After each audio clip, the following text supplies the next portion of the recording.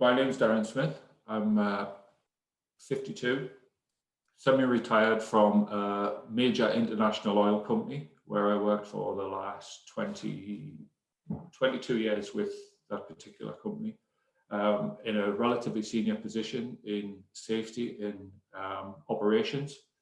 I was the team lead of a group of process safety engineers working in a hostile environment for the last 7 years in the Middle East, which was based in Basra, Iraq. We had a 100-kilometer square oil field, which we were helping the Republic of Iraq develop. Obviously, that environment presented its own challenges, as well as the daily challenges of managing a team of expats, a team of Iraqis, and fundamental basis of the job was to develop the Iraqi nationals up to a point where they could operate safely themselves. So it was a very, very high pressure role, 1 month in Iraq, 1 month at home, and then go back and spend 30 days in country working for 30 days. Obviously, there's still a corporate element of that.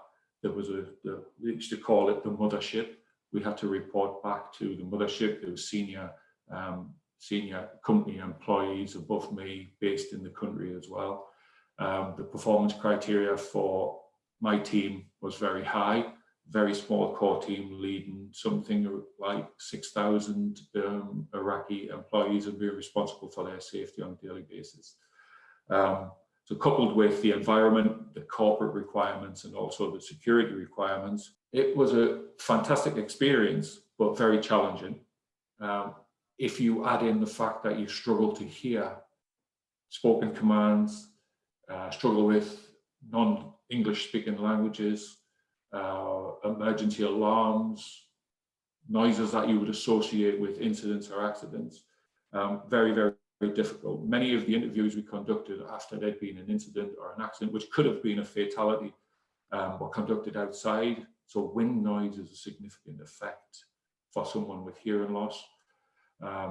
So it was quite a challenging role, but one that would have been made significantly more difficult not being able to hear clearly.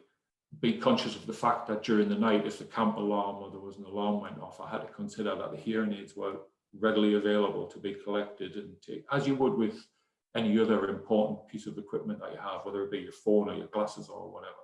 I had to also consider that I had to have hearing aids with fresh batteries in, ready to go, to pick up, to put in and go, should I need to leave quickly.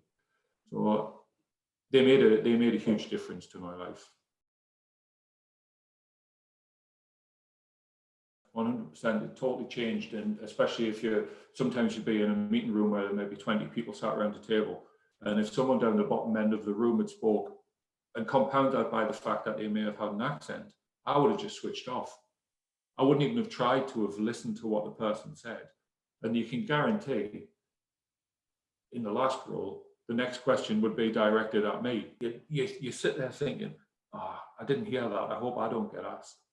So again, you withdraw, and I was in a relatively senior position in that environment and be expected to have an opinion or be expected to answer a question. And having had 22 years of experience of going in there, you suddenly find yourself nervous about going in a meeting if your hearing aid isn't working.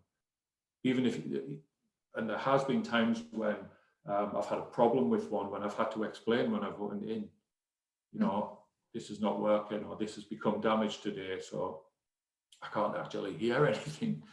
So you have to get people, and then that kind of like, people don't want to raise their voice to speak to you. I guess there's two bits, because if someone's concerned about the aesthetics of it, and I do think there is a little bit there. Even if you're the most unvain person in the world, unlike glasses, I still think there's a little bit, this is just a personal view, but I still think there's a little bit of reticence from people to wear hearing aid that's visible, because you associate hearing aids with old people. You don't associate glasses with old people, because everybody, any age can wear glasses and it's absolutely fine. But you do tend to associate a visible hearing aid with an older person. And to wear them kind of at first it wasn't aesthetics, it was kind of going into a work environment with these hearing aids in, that people might make a judgment.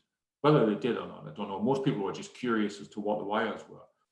But the in-ear ones, which worked for me, they have a hole in to allow ambient noise through, so that they'll let some noise through. They work fantastically, and they have made a massive difference in all aspects. I wouldn't hesitate to recommend anybody to get them, but they need to be the right kind for the person. So maybe somebody with longer hair, the ones behind the ear are very unobtrusive. The wire is very small. Because I have short hair, besides, you could see it more. But yeah, the benefits outweigh any concerns that you have.